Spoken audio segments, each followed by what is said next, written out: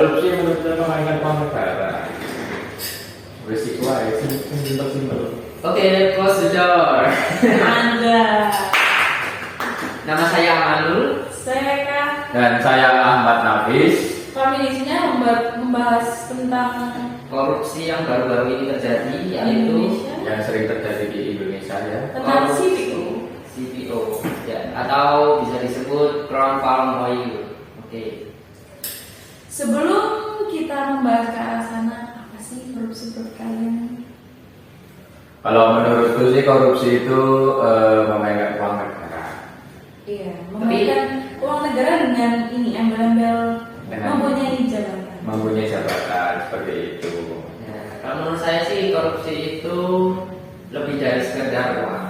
Ada juga yang menyalahgunakan kekuasaan, ada juga yang menyalahgunakan uang negara, ada juga yang memberikan izin semena-mena. Itu Jadi tidak sekedar uang gitu ya. ya itu banyak contohnya. Sob. Banyak contohnya. Pokoknya yang merugikan negara itu Merugikan negara. Oke. Kemudian untuk palm oil sendiri itu minyak ya. Iya, dasar kelapa sawit. Yang saya baca di sini di kompas.com itu Kejaksaan Agung itu menyita uang sebesar 1,3 triliun. Itu belum sisanya masih ada lagi 1,3 triliun. Tapi yang 1,3 triliun. itu yang 1,3 triliun itu yang diekspos ke berita. Yang tahu tumpukan itu Ya, itu 1,3 doang. itu yang ketahuan ya. Nggak ketahuan berapa ya? Di sini tertulis Banyak tuh pasti kalau nggak ketahuannya. 11,8 triliun. 11,8. Itu sisanya. Oh itu sisanya. 11,8 bisa buat 11,8. apa negara ini? Waduh itu bisa buat banyak sekali gitu ya. Kalau aku sendiri buat mie ayam semua hidup sih. Buat mie ayam. Iya, ya, boleh. Kira-kira bisa nggak sih buat beli rumah buat satu kakak dikasih satu rumah gitu buat negara? Oh, bisa Fasilitasi banget buat itu. orang yang nggak mampu kan di Indonesia kan masih Masih banyak. Masih orang banyak. yang nggak mampu. Benar. Gitu. Apalagi Jadi kita Indonesia tuh salurkan. masih nomor 2 kan miskin di dunia. Kalau jauh-jauh lihat SMK kita dulu banyak tuh yang fasilitasnya masih kurang. Nah, sekolah-sekolah Sekolah-sekolah kayak itu fasilitasnya masih kurang. Kemudian di sini di kompas.com itu ada 3 yang tersangkut apa itu? jerat korupsi itu. Jerat korupsi. Ada PT Wilmar Group, kemudian ada bentar.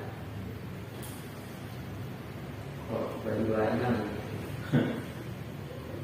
Nah, Permata Hijau Group, terus Musimas Group itu iya terjerat dalam kasus korupsi ini. Jadi mereka- tersangka. 3 PT tertentu tuh kerjasama. Iya, kemungkinan besar kerjasama. Bisa jadi bisa. Terus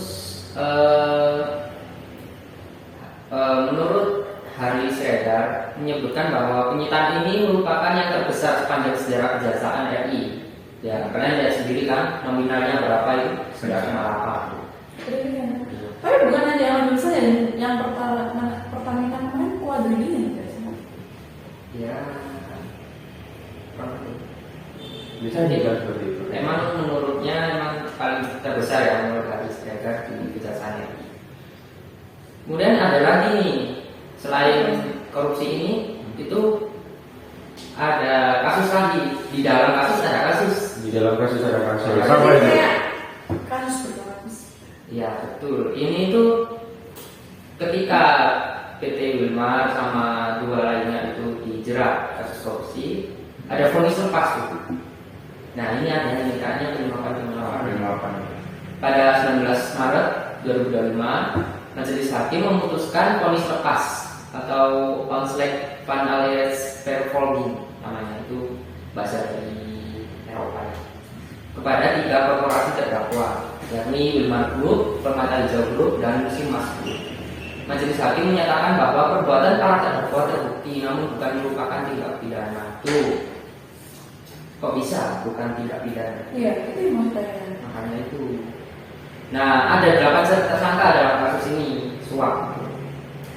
banyak nih, ada Muhammad Syafi dari Social Security Legal 50, ada Muhammad Arif Muryanta, Ketua PN Jakarta Selatan, Wahyu Gunawan, Panitera Muda Perdata PN Jakarta Utara, dan kuasa hukum korporasi Marcella Santoso dan Arianto Bakri. Ada juga 3 hakim perkara ekspor CPO, Julianto itu ketua majelis, Agam Syarif Baharudin, dan Ali Mutakor itu jadi terduga melakukan suap, tindak suap kepada 3 PT tersebut. Dibebaskan. Dibebaskan gitu ya. Itu. Oke. Menurut kalian sendiri? Jadi kalau kita punya apa ya namanya ya?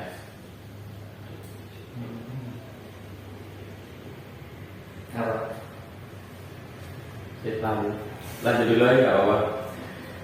Nah, untuk 3 korporasi ini, 3 PT ini itu dikasih hukuman mengembalikan kerugian negara. Jadi ya korupsinya itu harus dikembalikan dengan hal apapun ya. Setahu saya selain suap pejabat terhadap pejabat juga ada ini nggak sih pemberian izin ekspor ilegal? Ya, itu juga termasuk dalam tindak korupsinya. Iya kan? Ya, yang kita sebutkan dari pertama, Iya. yaitu memberi izin semena-mena. Terus industri tersebut itu dikuasai oleh beberapa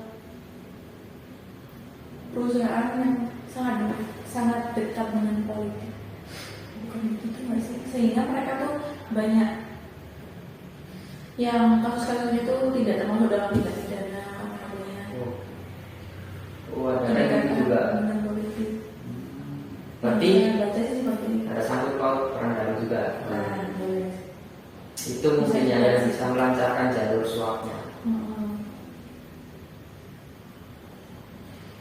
Kayak gitu kan juga berdampak besar gak sih buat kebijakan-kebijakan publik? Ya, ini korupsi itu bisa menyerang dalam sektor administrasi juga. Iya. Dengan memberi izin seperti itu kayak mentang-mentang orang dalam bisa Mentang-mentang izin. ini apa namanya, mentang-mentang punya kenalan pejabat orang tinggi. Betul. Gimana Mas Nafis? Ini kan tak boleh. Hah? Tiket tak boleh. Kalau saya habis orisinil ini enak. Benar-benar. Kegiatan-kegiatan kayak gini tuh bisa menurunkan kepercayaan masyarakat terhadap pejabat, karena kan juga karena apa ya, merusak kepercayaan masyarakat tuh. Untuk mengembalikan kepercayaan mereka tuh susah. Ya, gimana ya? Itu yang melakukan korupsi kan PT. Yang jelas bukan masyarakat yang paling terdampak, ya, tapi tetap masyarakat itu berdampak. Cuma mungkin buat pemerintah itu lebih susah untuk menjalin kepercayaan pada 3T tersebut.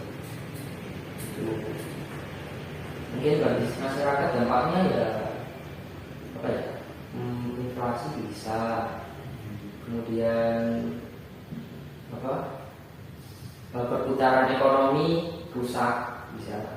Iya bisa, kalau mengganggu Jalan berputarnya roda ekonomi. Iya. Jadi semoga tiga korporasi ini dapat sanksi yang cepat. Kalau bisa Ya, makanya itu. sanksinya. Tapi untungnya yang Gini, kalau korupsi di Indonesia tuh kayak pejabat-pejabatnya kayak apa ya? Mereka masuk ke dalam jurisdiksi itu kayak udah biasa. Kayak udah kan udah bisa keluar. Lagian di dalam juga difasilitasi. ya sendiri kan. Sedangkan itu korupsi loh ya, tindakan yang merugikan negara. Sedangkan tindakan pidana kayak kecil gitu, kayak kemarin tuh pencurian bancuran kayu, bancuran ayam itu bisa sampai dimasukkan ke tambangan, kenapa bisa? Nah, dia sendiri. Kenapa kebijakan-kebijakan tersebut malah memeras rakyat kecil? Apa ini? Menindas rakyat kecil, sedangkan mereka-mereka yang melakukan tindak pidana yang lebih besar itu lebih berisiko kenapa pidananya tuh penghinaan daripada kayak biasa. Ya mungkin sistemnya harus lebih dibagi lagi buat KPK juga terutama sama pihak pengadilan sebisanya jangan melakukan tindak suap agar terdakwa atau tersangka itu bisa mendapatkan hukuman yang setimpal. Semoga bisa. Semoga bisa. Semoga. Nah, intinya itu ya. Terus kemudian kemarin kita lihat film juga ya tentang korupsi. Iya. Nah, kita juga udah menjelaskan gimana itu cara menyelesaikan, maksudnya cara agar terhindar dari korupsi juga. Tapi ada beberapa alasan ya mengapa kita tidak bisa menghindari korupsi. Salah satunya adalah dijebak atau terpaksa. Gimana terpaksa? Terpaksa karena Bisa terpaksa nih kayak yang film kemarin itu anaknya sakit berat, terus kemudian ada orang yang ngasih suap Salah satu rekan kerjanya gitu ya. ke ASN-nya itu, terus ASN-nya itu menerima gitu, kayak maksudnya gimana ya biar saya coba gitu. iya, keadaan yang mendesak gitu kan. Tapi kan itu bukan cara yang tepat buat kita melakukan korupsi. Ini tergantung perspektif. Yes. Makanya itu ini yang susah di keadaan terpaksa ini. Kalau dari aku sih mana ya? Kalau saya sendiri, ya. Ini sangat pilihan yang susah ya itu ya. Iya. Antara Pilihan yang susah. pilihan anak atau kerjaan atau kepercayaan masyarakat. Oh gitu. Rasanya yang dirugikan itu bukan anak aja. Iya, negara. Banyak yang dirugikan. Gimana Mas Hafiz? Sebenarnya di penjara atau anaknya nggak ada? Jangan sampai. Jangan sampai. Kalau Ya menurut- mencari solusi yang tepat nggak sih dengan cara tidak merugikan negara juga menyelamatkan anaknya. Ya masalahnya jika keadaannya banget kayak terpaksa banget. Jadi ada dua pilihan aja antara meninggalkan pekerjaannya atau memberikan anaknya sendiri. Kemarin udah dibahas juga sama kita di kelas ya, sama Pak Hajar juga. menurut kita. Sama dosen kita. Mereka nggak masuk. Iya, aku jatuh. Aku ya. Intinya kayak gitu tergantung perspektif. Pokoknya sebisanya, walaupun sebisanya lah jangan sampai Kita melawan korupsi. ya jangan sampai merugikan orang lain. Ya, apapun itu jangan sampai kita terjerat oleh kasus korupsi. Ya, jika kita diberikan kesempatan untuk menjabat, sebisanya kita lakukan yang mana kita diberi amanah, kita harus Dan menjaga. masyarakat juga percaya kepada pejabat-pejabat. Ya, agar ketahanan pemerintahan menjadi lebih baik. Biar masyarakat juga nggak mikir yang negatif tentang pejabat. Itu mungkin Itu sih saja. Kesimpulannya apa? Benar, betul belum ini. apa nih? Hukumnya belum. Oh ya, sih. lupa. Hukumnya Kan nanti masih membahas tentang korupsi. korupsi itu kan. Tadi bicara apa Mas Hafiz? Yang 3 PT tersebut. Iya. Apa tuh buat para koruptor itu nanti?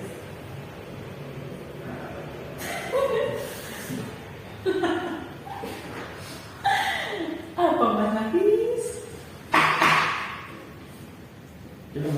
Ya, ini kalau nggak ada briefing ya. Harusnya kita briefing tadi. Kita tuh langsung spontan. Langsung aja. Asal aja. Gimana Mas Hafiz? Nah, untuk hukum pidana korupsi di Indonesia itu ya, itu diatur dalam Undang-Undang Nomor 31 Tahun 1999. Nah, UU nomor 20 tahun 2001. Nah, itu di mana yang mengelompokkan korupsi dalam 7 jenis, entah itu seperti suap, penggelapan jabatan, pemerasan, pembuatan curang, benturan, dan kepentingan dalam pengadaan. Seperti itu. Itu diponis berapa tahun? Di penjara atau gimana? Itu akan divonis, nah paling sedikit itu dia akan kena denda 200 juta dan paling banyak itu 1 miliar untuk pelaku korupsinya. Gitu. Tapi nggak sebanding dari sama yang diambil. Nah, maka dari itu ada pengembalian. Ini di sini saya baca apa? Iya. Kejaksaan Agung itu Maksud aku tuh kan mereka tetap membalikan uang kami tersebut dengan dendanya sekaligus. Tapi itu nggak sebanding dengan yang mereka ambil gitu. Harusnya mereka mengembalikan dengan 2 kali lipat, 3 kali lipat agar mereka tuh jaga. ya mungkin nanti kalau mereka jadi kejaksaan Agung salah satu hakim di sana. Bisa digerakkan gitu ya nanti ya. Tapi tidak bisa guys kita karena kita barang kok. Ya siapa tahu kan. Nanti ambil S2 hukum Boleh Bisa. atau ambil S1 hukum lagi biar banyak pilihannya. Ya. Oke, kesimpulannya apa nih? Apa sih sebenarnya sebenarnya? Intinya ya itu yang tadi kita sampaikan. Sesusah-susahnya kita, semepet-mepetnya kita dari melakukan kejahatan korupsi yang merugikan orang lain. Tidak hanya korupsi saja, apapun hal yang buruk itu jangan sampai kita lakukan ya. Tidak hanya korupsi. Misalnya, jangan sampai. Jangan sampai kita merugi masyarakat dan negara. Kemudian buat pemerintah terapkan transparansi, kemudian KPK juga lebih ketat lagi mengawasi untuk tindak kejahatan seperti itu. Itu dari kami. Mungkin sudah selesai ya untuk podcast kali ini. Nah kita udah kehabisan kata-kata guys. Apa? Udah kehabisan kata-kata. Iya, udah itu aja. Topik udah. Oke, wassalamualaikum warahmatullahi wabarakatuh. Wah. Waalaikumsalam. Close the door.